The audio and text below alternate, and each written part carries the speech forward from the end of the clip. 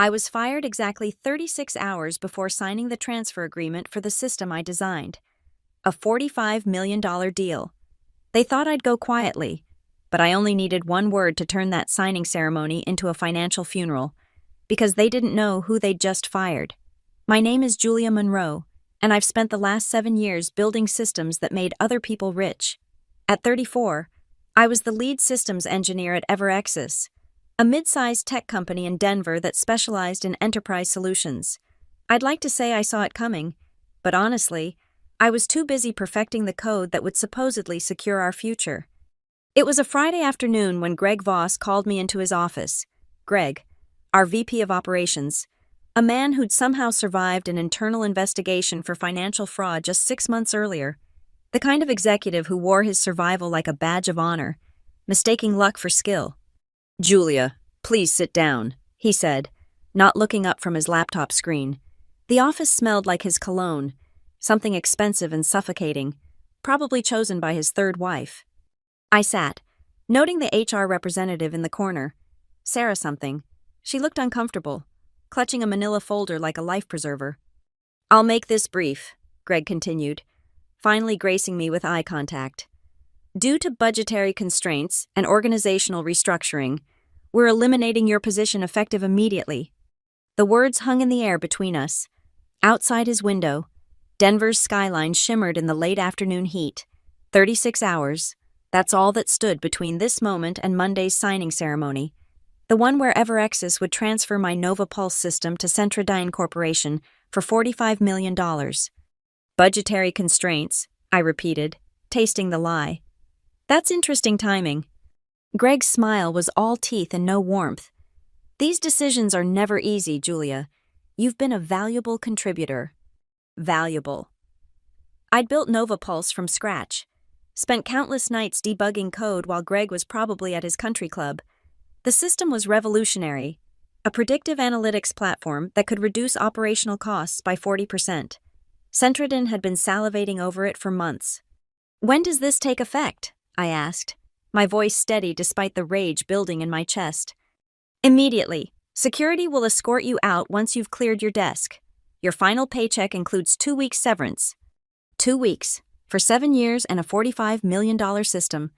Sarah finally spoke up, sliding papers across the desk. "We'll need you to sign these separation agreements." "I'll have my lawyer review them," I interrupted. Both Greg and Sarah seemed surprised. Good. Greg leaned back in his chair, and I caught something in his expression. Satisfaction? No, it was anticipation. He thought he'd won something. "Of course," he said smoothly, "but remember, all company property and intellectual property remains with EverExis. The Nova Pulse system was developed by my product development division," I finished. "Yes, I'm quite aware of the legal structures." Something flickered across his face then. Just for a second. Uncertainty. Maybe. But it passed quickly, replaced by that practiced executive confidence. 20 minutes later, I was walking through the parking garage with a cardboard box of personal items. The security guard, Tom, who I'd shared coffee with every morning for 3 years, couldn't meet my eyes. "I'm sorry, Julia," he mumbled. "This ain't right." "No," I agreed, placing the box in my car trunk. "But it will be." As I drove away from EverExis, for what they thought was the last time, I couldn't help but smile. Greg Voss had just made a $45 million mistake. He'd fired me 36 hours too early, thinking I was just another engineer, just another employee whose contributions could be absorbed and forgotten. But Greg didn't know about Tech Harvest Solutions. He didn't know that the subsidiary company listed on all of Nova Pulse's development documents wasn't just a tax structure, it was my company, my name on the incorporation documents, my signature on every piece of intellectual property. He thought he was stealing my work. Instead, he'd just started a countdown to his own professional destruction. The signing ceremony was Monday at 9 a.m. Greg Voss had 36 hours left to enjoy his victory. I drove home without shedding a single tear, not because I wasn't devastated, I was, but because tears wouldn't change what needed to happen next. The contract copy in my laptop bag felt heavier than the box of personal items in my trunk. 7 years reduced to a banker's box and a 2-week severance check. My phone buzzed constantly during the drive. Text messages from my team, from colleagues who'd already heard through the EverX's gossip network. I ignored them all. There would be time for explanations later. But not now. Now. I needed to think. The apartment was quiet when I walked in. Our place, mine and Mark's, on the 15th floor of a converted warehouse in Lodo. The exposed brick walls and industrial fixtures had felt so perfect when we'd moved in 6 months after our wedding. Now they just felt cold. I set the box down and went straight to my home office. The filing cabinet in the corner held 7 years of meticulously organized documentation. Contract copies, development logs, incorporation papers. My hands found the folder labeled Tech Harvest Solutions, without conscious thought. There it was, the certificate of incorporation, dated 3 years ago. Sole shareholder, Julia Monroe, not Julia Hastings, my married name, which I used at EverX's, Julia Monroe, the name on every critical document that mattered. I spread the papers across my desk like a general planning a campaign. The Nova Pulse system had been developed under Tech Harvest's umbrella, a perfectly legal arrangement that EverX's had agreed to when they'd wanted to streamline tax implications. Greg had signed off on it himself, probably without reading the fine print. The beauty was in its simplicity. EverX's had the right to use Nova Pulse. Yes, they had marketing rights, distribution rights, implementation rights, but they didn't own it. Not yet. That transfer was supposed to happen Monday morning, right before the Centradin signing. A simple signature that would move the intellectual property from Tech Harvest to EverX's, making the $45 million sale possible. Except now I wouldn't be there to sign it. My phone rang. Sarah from HR. I let it go to voicemail. Then Greg's number appeared. Also ignored. They were probably realizing their timeline problem. Too bad.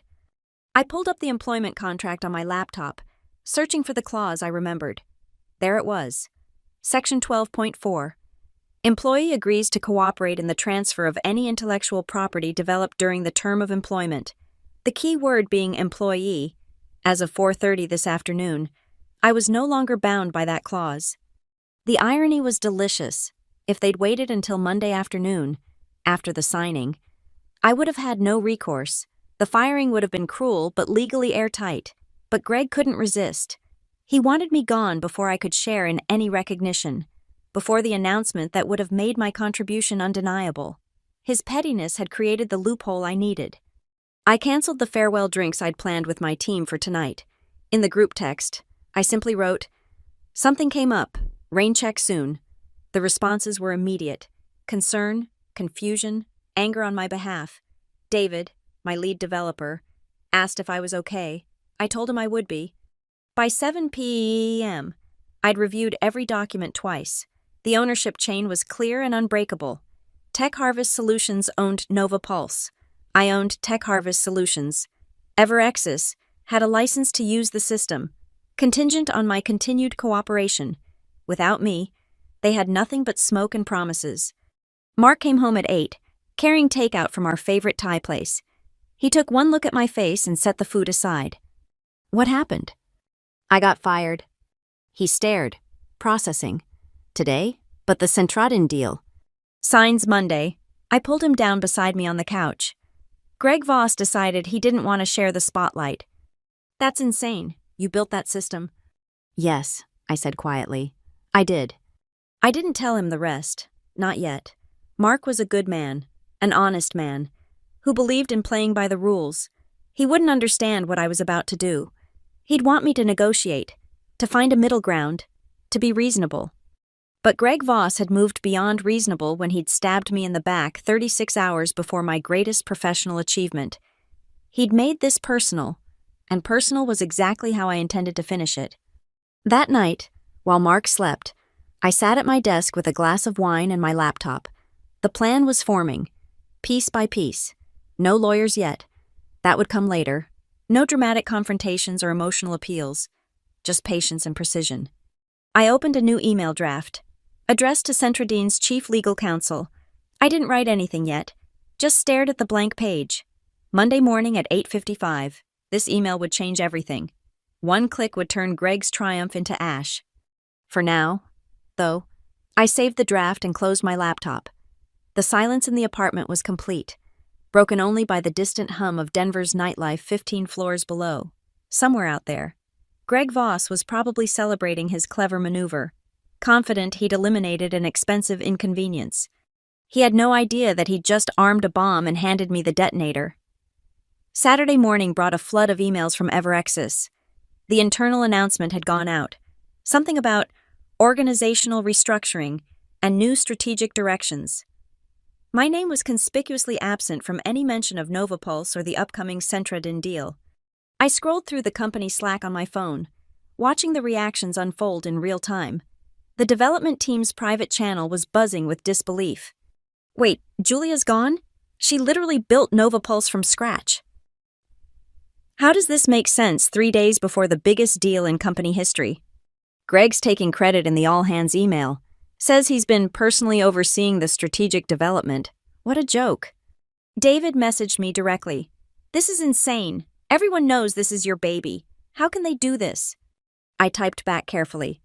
Legal reviewing options. Please don't do anything rash. What I didn't tell him was that my legal review was about to become Everexis's worst nightmare. By noon, Greg's victory lap was in full swing. Someone forwarded me his LinkedIn post.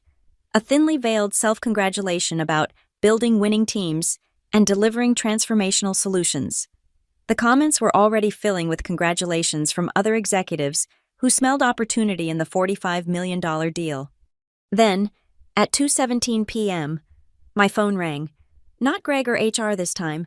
It was Jennifer Liu, Centradin's VP of Strategic Acquisitions. Julia, I just heard about the restructuring at Everexis, she said, her tone carefully neutral. I wanted to reach out personally. Interesting. News traveled fast in Denver's tech circles. That's kind of you, Jennifer. Actually, I'm calling with a bit of an unusual request. We'd still like you to attend Monday's signing ceremony as our guest of honor. After all, Novapulse is your creation. It wouldn't feel right to celebrate this acquisition without you there. I smiled at my reflection in the apartment window. That's very thoughtful. I'd be honored to attend. Wonderful. The ceremony starts at 9 a.m., sharp at the Beaumont Grand. The legal teams will handle the paperwork beforehand. Of course, but the formal celebration begins at 9. I'll be there. After we hung up, I sat back and considered this gift Jennifer had just handed me. Centradin had no idea about the ownership issue. Why would they? As far as they knew, Everexis controlled all the intellectual property. They were about to hand over $45 million for something Everexis didn't actually own. I called my lawyer, Darren Klein. He picked up on the second ring. Julia, I've been expecting your call. Heard through the grapevine about Everexis. What do you need? Confirmation, I said. Pull up the Tech Harvest files I sent you last year. Specifically, the IP ownership documents for the Novapulse system. I heard keyboard clicks, then a low whistle. Julia, please tell me Everexis understands the ownership structure here. They signed off on it 3 years ago. Greg Voss's signature is on the acknowledgement. And the transfer to Everexis? When was that supposed to happen? Monday morning, which is complicated by the fact that I'm no longer an employee required to cooperate with IP transfers. Darren was quiet for a long moment. You realize what you're saying? Without your signature, Everexis can't sell something they don't own. The Centradin deal dies the moment Centradin realizes the truth, which would be fraud if Everexis proceeds without disclosing the ownership issue. Yes, I agreed. It would be. We discussed the legal implications for another hour. Darren confirmed what I already knew. My position was ironclad. Tech Harvest owned Novapulse. I owned Tech Harvest. Without my cooperation, Everexis had nothing to sell. That evening, I watched Greg's public victory tour continue on social media. He was at some upscale bar downtown, surrounded by other executives, toasting to game-changing deals and visionary leadership. Someone had tagged the location, Elway's, the steakhouse where Denver's business elite went to celebrate their wins. My phone buzzed with a text from a former colleague. Greg's buying rounds for everyone, says Monday changes everything for Everexis. What an ass. I screenshot the message and added it to my growing folder of documentation. Every boast, every premature celebration, every stolen moment of credit. I saved them all, not for legal reasons, but for personal satisfaction. When Monday came, I wanted to remember exactly how high Greg had climbed before his fall. Mark found me in the office at 11 p.m., still at my computer. "You should sleep," he said gently. "Whatever you're planning, you'll need rest." "I'm not planning anything dramatic," I told him, which was true. The beauty of my response was its simplicity. I didn't need drama. I just needed to tell the truth at exactly the right moment. He kissed my forehead. "I know you, Julia. You're brilliant when you're angry. Just be careful." After he went to bed, I returned to the email draft to Centradin's legal counsel. Still blank, still waiting. I'd written a dozen versions in my head, but none seemed quite right.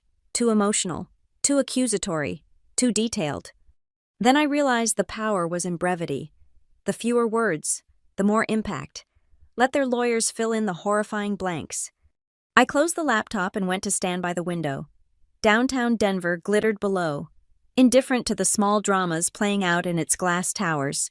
Somewhere in that maze of lights, Greg Voss was probably home now, sleeping soundly, dreaming of Monday's triumph. Enjoy it, I thought. You have 36 hours left. Sunday arrived with deceptive calm. Mark suggested brunch at our usual spot in Highlands, and I agreed, needing the normalcy. We sat outside under the patio heaters, sharing eggs Benedict and mimosas, while Denver's young professionals streamed past with their dogs and yoga mats. "You seem peaceful," Mark observed, studying me over his coffee cup. "I am," I said, and meant it. The decision was made. The pieces were in place. All that remained was execution. He didn't know about the folder of documents in my purse or the email waiting in my drafts.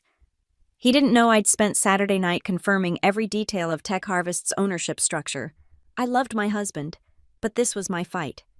After brunch, Mark went to play golf with friends, a standing Sunday tradition. I told him I needed to prepare for the week ahead, which wasn't entirely a lie. He kissed me goodbye without suspicion. Back in my home office, I laid out everything one final time: the original incorporation documents, the development agreements, the IP assignment forms, unsigned, of course, Greg's signature on the acknowledgement that Tech Harvest retained ownership pending formal transfer, email chains discussing the structure, board meeting minutes approving the arrangement. 3 years of careful documentation, all leading to this moment. I opened my laptop and navigated to the draft email. The recipient field already filled. Robert Hatcher, Chief Legal Counsel, Centradin Corporation, the man who would be overseeing tomorrow's $45 million transfer. The subject line came to me suddenly, clean and precise. Revocation of IP transfer, Nova Pulse system. The body needed to be perfect, not emotional, not vindictive, just facts that would stop a $45 million deal in its tracks. Mr. Hatcher, this communication serves as formal notice that Tech Harvest Solutions, sole owner of the Nova Pulse system intellectual property, has not authorized transfer of ownership to EverX's Technologies. Any representation by EverX's regarding their ownership of said system is materially false. Documentation available upon request. Julia Monroe, President, Tech Harvest Solutions. I read it a dozen times, each word chosen for maximum legal impact. No accusations of fraud. Let Centradin's lawyers reach that conclusion themselves. No mention of my termination, irrelevant to the ownership facts. No demands or negotiations, just a simple statement of truth that would detonate like a bomb in tomorrow's boardroom. The email would send automatically at 8:55 a.m., 5 minutes before the ceremony began. Enough time for Hatcher to read it, verify its implications, and halt the proceedings. I saved the draft and set the scheduled delivery. Then I backed up everything to 3 different cloud services and a physical drive I locked in our safe. Paranoid? Maybe. But Greg Voss had taught me that corporate warfare required redundancy. By evening, I'd moved on to selecting my outfit for tomorrow. The black sheath dress I'd worn to last year's company gala. Elegant, professional, understated, the kind of outfit that wouldn't draw attention until I wanted it to. My phone had been quieter today. The initial shock of my firing had worn off, and people were moving on to the next drama. Only David still texted, asking if I was really okay, I assured him I was better than okay. At 10 p.m., I printed hard copies of every crucial document. The stack was surprisingly small for something worth $45 million. I slipped them into a leather portfolio, the same one I'd carried to my first day at EverX's 7 years ago. There was poetry in that. Mark came home at 10:30, sun-kissed and relaxed from his golf game. He found me on the couch, reading a novel I'd been meaning to finish for months. "Good day?" he asked, settling beside me. "Productive," I said. "Ready for tomorrow." "What's tomorrow?" "New beginnings," I answered, which was true enough. We went to bed at 11. Mark fell asleep quickly, his breathing deep and even. I lay awake, running through scenarios. What if the email failed to send? What if Centradin proceeded anyway? What if Greg had somehow discovered the ownership issue and fixed it? No, I'd checked every angle. Greg's arrogance was my insurance policy. He'd been so focused on the glory of the deal, so confident in his maneuver, that he'd never bothered to verify what EverX's actually owned. Why would he?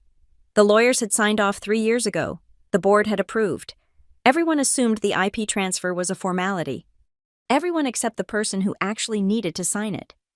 At 11:59 p.m., I reached for my phone one last time.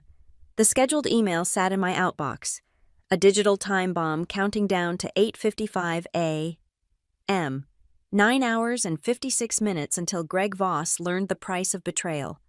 I set my alarm for 6:30 a.m., early enough to arrive at the Beaumont Grand with time to spare, late enough to ensure Greg would already be there, basking in his premature victory. As midnight ticked over to Monday, I finally closed my eyes. Tomorrow, EverX's would learn what happened when you fired the person who held the keys to your kingdom. Tomorrow, Greg would understand that ownership wasn't about signatures on employment contracts or corporate hierarchy. Sometimes, ownership was as simple as being the only person who could give it away. And I wasn't feeling generous. Monday morning arrived crisp and bright, one of those perfect Denver days that made the mountains look close enough to touch. I dressed carefully, each piece of clothing chosen like armor. The black dress fit perfectly, professional enough for a boardroom, elegant enough for a funeral, corporate funeral. Anyway, the Beaumont Grand stood like a golden monument to Denver's ambitions, its lobby all marble and crystal chandeliers. I arrived at 8:45, my leather portfolio tucked under one arm. The conference level hummed with activity, catering staff making final adjustments, EverX's employees clustering in excited groups. I recognized most of them: marketing, sales, a handful of developers who'd worked on NovaPulse's implementation. They saw me and froze, confusion rippling through their ranks. Why was the woman fired on Friday attending Monday's triumph? "Julia?" Sandra from marketing approached hesitantly. We thought, "I'm here as Centradin's guest," I said smoothly. "They insisted the system's architect should attend." She nodded, still puzzled, but backed away. The corporate instinct to avoid awkwardness overrode curiosity. The main conference room was spectacular. Floor-to-ceiling windows framed the Denver skyline, and a long mahogany table dominated the center. Place cards marked the signing positions, EverX's leadership on one side, Centradin on the other. Champagne waited in silver buckets along the wall. Greg Voss held court near the windows, gesturing broadly as he spoke to a cluster of Centradin executives. His navy suit was perfectly tailored, his confidence radiating like heat. He was explaining something about revolutionary predictive algorithms and game-changing analytics. My algorithms, my analytics, delivered with the casual ownership of a man who'd never written a line of code in his life. 8:52. I found a position along the side wall, close enough to see everything but not immediately visible. Other attendees filtered in. Board members, investors, senior staff. The energy was electric. Millions of dollars about to change hands. 8:53. Jennifer Liu from Centradin spotted me and waved. I nodded back, serene as a Buddha. 8:54. The legal teams took their positions. Contracts spread before them like tarot cards predicting the future. Robert Hatcher, Centradin's chief counsel, was checking his phone one last time before the proceedings began. 8:55. I watched Hatcher's face change. The transformation was subtle but unmistakable. A slight furrowing of his brow, a tightening around his mouth. He leaned over to whisper urgently to his assistant, who immediately began typing on her laptop. The ceremony was supposed to begin at 9 sharp. 9:01 passed in tense silence from the Centradine side of the table. Greg, oblivious, kept checking his watch with increasing irritation. "Should we begin?" he suggested at 9:03, his voice carrying that executive edge of someone used to controlling time itself. Hatcher looked up from his phone. "We need a moment. Mr. Voss, a clarification has come to our attention." The word clarification in a legal context is like blood in the water. Every lawyer in the room tensed. Greg's smile flickered but held. "I'm sure we can address any concerns quickly," he said. "The terms have been thoroughly reviewed." "Mr. Voss," Hatcher interrupted, his voice courtroom calm. "Who owns the intellectual property rights to the Nova Pulse system?" The question hung in the air like a sword. "Everexis, of course," Greg replied, but uncertainty had crept into his tone. "It was developed by our team, under our direction." "I see," Hatcher turned to his assistant. "Could you pull up the IP assignment documentation, please?" The Everexis legal team scrambled, laptops opening, fingers flying over keyboards. Greg's smile had completely disappeared now, replaced by the kind of expression worn by people who suddenly realize they're standing on thin ice. "There seems to be some confusion," Everexis's general counsel stammered.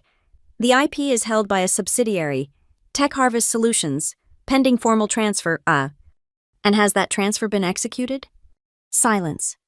"Who controls Tech Harvest Solutions?" Hatcher continued, relentless as gravity. That's when Greg saw me. His face went through a remarkable journey. Confusion, recognition, understanding, and finally, pure rage, all in the space of 3 seconds. "You," he breathed. I stepped forward from the wall, my portfolio held loosely at my side. Every eye in the room tracked to me like iron filings to a magnet. "Gentlemen," I said, my voice carrying clearly across the stunned silence, "I believe there's been a misunderstanding about what Everexis is actually selling today." The room erupted. Lawyers huddled over laptops. Executives demanded explanations, and Greg's face cycled through shades of red I didn't know existed in nature. I stood perfectly still in the eye of the corporate hurricane, my portfolio unopened, unnecessary. "This is ridiculous," Greg sputtered, turning to his legal team. "She was terminated. She has no authority." "Mr. Voss," Hatcher cut him off with surgical precision. "Ms. Monroe's employment status is irrelevant. The question is ownership. Who owns the IP?" The Everexis general counsel looked like he'd swallowed glass. "The subsidiary structure was approved by the board. Tech Harvest Solutions holds the IP temporarily, but the transfer to Everexis requires my signature," I said quietly. The room fell silent again. "As sole shareholder and president of Tech Harvest Solutions, you were obligated to sign." Greg's composure had completely shattered. "Your employment contract ended at 4:30 p.m. on Friday," I finished. 36 hours ago, I'm no longer bound by any employment obligations to Everexis." Jennifer Liu from Centradine stood slowly. "Are you saying Everexis doesn't actually own what they're trying to sell us?" "That's exactly what I'm saying." The next 10 minutes were chaos. Phones rang, laptops chimed with urgent emails, and several board members looked ready to have cardiac events. Greg tried 3 times to pull me aside for a private discussion, which I declined with professional politeness. Finally, Hatcher raised his hand for silence. "Mr. Voss, Everexis has represented that it owns the Nova Pulse system. This appears to be materially false. Centradine cannot proceed with this acquisition." "This is a minor technicality," Greg insisted, desperation creeping into his voice. "Julia was part of our team. The system was developed for Everexis. Using Tech Harvest resources, under Tech Harvest's legal structure, with Tech Harvest retaining ownership," I interjected. "Your signature acknowledging this arrangement is dated 3 years ago." "Greg." Someone from the Everexis board stood up. Richard Hartley, if I remembered correctly. Old money, older ethics. "Ms. Monroe, what exactly are you proposing?" I opened my portfolio then, withdrawing a single sheet of paper. Nothing. I'm not proposing anything. I'm simply informing all parties that Tech Harvest Solutions has not, and will not, transfer ownership of the Nova Pulse system to EverAxis under current circumstances. She's extorting us, Greg burst out. This is corporate blackmail. Hatcher's expression could have frozen lava. Mr. Voss, I'd be very careful about making accusations. Ms. Monroe appears to be stating facts about property she legally owns. The Centradin team was already packing up, $45 million walking out the door, and Greg could only watch. Jennifer Liu paused beside me on her way out. Interesting morning, she murmured. I assumed Tech Harvest might be interested in direct discussions? I handed her my card, my real card, with Tech Harvest Solutions embossed in elegant script. Perhaps, once the current situation is resolved. She smiled knowingly and followed her team out. The exodus was swift after that. Board members fled like rats from a sinking ship. The catering staff stood awkwardly with their champagne, unsure whether to pour or retreat. Within minutes, only a handful of people remained in the conference room that had been prepared for triumph. Greg approached me finally, his face a mask of barely controlled fury. What do you want? Want? I tilted my head, considering. Nothing from you. Greg, you fired me, remember? I'm no longer your concern. Don't play games. Name your price. I snapped my portfolio shut. My price was 7 years of my life building something extraordinary. You decided that was worth a 2-week severance check. We're done here. You can't do this. The company. Should have thought of that before you terminated the only person who could sign over the IP. I moved toward the door, then paused. Oh, and Greg? That LinkedIn post about your visionary leadership? Might want to update it. The last thing I heard as I left was the EverAxis general counsel on the phone, his voice high and panicked. We need outside counsel. Immediately. No, bigger than that. Much bigger. In the elevator down, I pulled out my phone. 17 missed calls from various EverAxis numbers. 3 texts from Darren confirming he was ready for whatever came next. One from David that just said, "The whole dev floor is watching the implosion. This is incredible." But the one that made me smile was from Jennifer Liu. Let's talk Wednesday. I think Centradin might be interested in a cleaner acquisition structure. I stepped out into the Denver morning, the sun warming my face. Behind me, the Beaumont Grand held the wreckage of Greg Voss's ambitions. He'd wanted to erase me from my own success story. Instead, he'd written himself out of it entirely. One word, that's all it had taken. Unlicensed. By noon, the Denver tech community was buzzing. The story spread through LinkedIn, Twitter, and private Slack channels like wildfire. EverAxis's $45 million deal had spectacularly imploded. Nobody knew exactly why, but the speculation was delicious. Heard there was a major IP dispute at the signing. Someone said their CEO walked out looking like he'd seen a ghost. Centradin killed the deal on the spot. Legal issues. I watched it all unfold from my home office, fielding calls from reporters I politely declined to comment to. My former colleagues were less restrained. Screenshots of internal EverAxis communications started appearing in my inbox, forwarded by sympathetic allies. The all-hands meeting had been called for 2 p.m., mandatory attendance. CEO Marcus Donnelly himself was flying in from New York. The board was in emergency session. Legal was in full crisis mode. At 2:37 p.m., the other shoe dropped. David texted me. Greg just got escorted out by security, box and everything. The irony is perfect. Then came the official statement, sent to all staff, and quickly leaked to TechCrunch. EverAxis announces the immediate suspension of Greg Voss, pending internal investigation into failures of due diligence regarding the Centradin acquisition. Suspension, not termination, not yet. They were buying time, trying to figure out how badly Greg had compromised them, but I knew how this story ended. When boards started investigations into $45 million failures, heads rolled. My phone rang. Marcus Donnelly himself. "Julia," he said without preamble, "we need to talk." "I'm listening." "This situation, it's untenable. The board is furious. Our reputation is taking hits by the hour." "That's unfortunate," I said neutrally. He sighed. Let's skip the dance. What's it going to take to resolve this? I'm not sure what you mean. There's nothing to resolve. Tech Harvest owns Nova Pulse. Everexis doesn't. Simple as that. Julia, please. You worked here for 7 years. You know what this system means to the company. I do, I agreed. Which is why I was so surprised to be terminated 36 hours before the signing. Really makes you think about company loyalty. Silence on his end. Then, Greg made that decision unilaterally. The board wasn't consulted. How interesting. And yet, here we are. What if we offered to reinstate you? Full benefits, a promotion to CTO, equity participation in the deal. I laughed. Actually laughed. Marcus, you can't reinstate someone to sign documents. That's not how contracts work. Then what? What do you want? I looked out my window at the Denver skyline, thinking about 7 years of late nights, of building something from nothing while executives like Greg took credit and collected bonuses. Tech Harvest is open to discussions, I said finally, but not with Everexis, not anymore. You're going to Centradin. I'm going wherever makes sense for the technology I built. Everexis had their chance. They chose Greg Voss's ego over good business. More silence. Then, quietly, the board is meeting tonight. Greg's termination will be finalized. There will be other changes.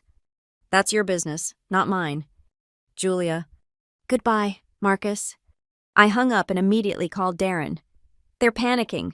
Marcus just tried to offer me CTO. Of course he did. Their valuation is probably tanking as we speak. What did you say? No, obviously. Good. Jennifer Liu from Centradin called my office. They want to meet Wednesday to discuss acquiring Nova Pulse directly from Tech Harvest. Set it up. By evening, the story had reached the Wall Street Journal's tech section. Software deal collapses in IP dispute, ran the headline, with sources describing a dramatic last-minute revelation about ownership claims. My name wasn't mentioned yet, but it was only a matter of time. Mark came home to find me cooking dinner, something I rarely did. You seem happy, he observed, watching me work. It's been a good day. The news is saying Everexis lost a huge deal. IP problems. He studied my face. You wouldn't know anything about that, would you? I smiled, stirring the sauce. I might have heard something. He wrapped his arms around me from behind. Julia Monroe, corporate warrior. They started it, I said simply. I just finished it. My phone buzzed with another text from David. Greg's LinkedIn is gone, completely deleted. The schadenfreude is amazing. Then another, from a number I didn't recognize. Ms. Monroe. This is Samantha Chen from Reuters. I'm working on a story about the failed Everexis acquisition. I understand you may have unique insight into the situation. Would you be available to comment? I deleted it without responding. The media would have to wait. Tomorrow, Everexis would wake up to a new reality. No deal, no Greg, no Nova Pulse. Their stock would take a hit. Investors would ask hard questions. The board would demand answers. And somewhere in Denver, Greg Voss was learning what I'd learned on Friday. How it felt to have your professional life implode in an instant. The difference was, he'd earned his fall. I'd just made sure he had company on the way down. Tuesday morning arrived quietly. No urgent calls, no crisis meetings, no corporate drama, just me, coffee, and my laptop on the balcony. Denver sprawling below in the early light. The email from Jennifer Liu had come through at 7 a.m. sharp. Wednesday, 10 a.m., Centradin offices. We're prepared to discuss a direct acquisition of Nova Pulse from Tech Harvest Solutions. Our initial valuation is $55 million. $55 million. $10 million more than Everexis would have received. I didn't respond immediately. Let them wait. Let them wonder. The power had shifted completely, and everyone knew it. Mark had already left for work, kissing me goodbye with a knowing smile. Try not to destroy any more companies today, he'd said. I'd promised nothing. The morning news brought confirmation of what I already knew. Everexis stock had dropped 12% at opening. Greg Voss's termination was official, announced in a terse press release that mentioned leadership changes and strategic realignment. The kind of corporate speak that meant someone had been thrown under the bus and then backed over for good measure. My phone, blessedly, had stopped ringing. The initial shock had worn off, and now the real work would begin. Lawyers, negotiations, contracts, but not today. Today was mine. I opened my laptop and typed a single reply to Jennifer. Wednesday works. We'll start at 55 million. Not accept, start, because I'd learned something important in the last 4 days. Value wasn't just about code or algorithms or systems. It was about knowing what you'd built and refusing to let anyone take it from you. By noon, I was sitting in my favorite coffee shop in Rhino, watching the world go by. A young woman at the next table was on a video call, clearly interviewing for a tech position. Her enthusiasm reminded me of myself 7 years ago, eager to build something meaningful. Never sign away your worth. I wanted to tell her, but she'd learn. We all did. Eventually. My phone buzzed with a text from David. The dev team wants to know if Tech Harvest is hiring. Seriously. I smiled, typing back, after Wednesday, maybe? The truth was, I hadn't thought that far ahead. The immediate goal had been survival, then justice. Now, with 55 million on the table and Nova Pulse still mine, the future was wide open. Another message, this one from an unknown number. Julia, this is Richard Hartley from the EverX's board. I wanted to personally apologize for how things were handled. Greg Voss operated without board oversight. That won't happen again. I didn't reply. Apologies were just words, and I'd had enough of corporate words. As afternoon faded to evening, I found myself back at the apartment, standing at the same window where I'd planned my response 3 days ago. The city below looked the same, but everything had changed. EverX's would survive. Companies like that always did. But they'd remember. Greg Voss would find another job eventually. Probably. But his reputation would carry this failure forever. And me? I had options now. Real options. Not just the illusion of security that came with a corporate badge. I pulled out the email from Darren, my lawyer, confirming Wednesday's meeting structure. At the bottom, he'd added a personal note. Hell of a thing you pulled off. Remind me never to get on your bad side. The sun was setting now, painting Denver's skyline in shades of gold and amber. Somewhere out there, other people were fighting their own battles in glass towers and conference rooms.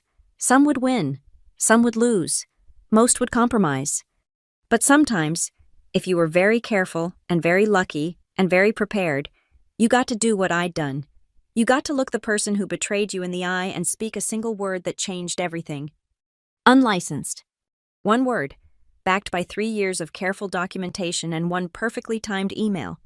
I raised my coffee mug in a silent toast to the city, to the system I'd built, to the future I'd secured. Greg Voss had tried to steal my work, my credit, my value. He'd thought 36 hours was enough time to erase me from my own success story. He'd been wrong by about $55 million. Tomorrow, there would be lawyers and contracts and negotiations, but tonight, I was just Julia Monroe, standing at a window, holding all the cards. And that felt exactly right. Thank you so much for listening to this story of corporate revenge and sweet justice. I'm curious, where are you listening to this tale right now? Are you on your commute, perhaps plotting your own workplace vindication? Or maybe you're winding down after a long day, living vicariously through Julia's triumph? Drop a comment below and let me know where in the world this story has reached you. If you enjoyed Julia's journey from termination to triumph, please subscribe to the channel for more stories of underdogs who refuse to stay down. And I'd love to hear your thoughts. Have you ever witnessed or experienced a workplace betrayal that backfired spectacularly? Share your stories in the comments. Until next time, remember, document everything, know your worth, and never sign away your power.